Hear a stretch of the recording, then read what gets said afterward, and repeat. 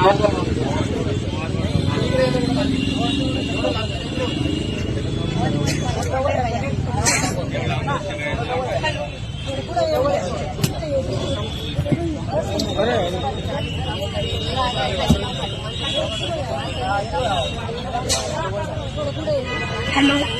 सर्व मराठा समाजांना माझा नमस्कार.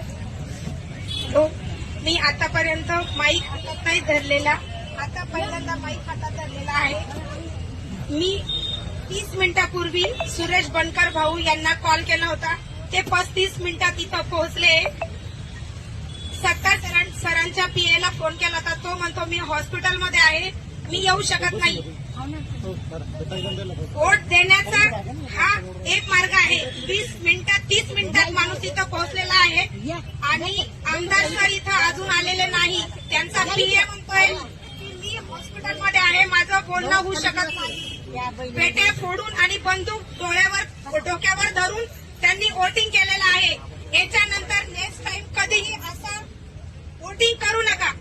आणि मंगेश भाऊला जर काही झालं तर पूर्ण सिल्लोड काय पूर्ण महाराष्ट्र भेटून देऊ.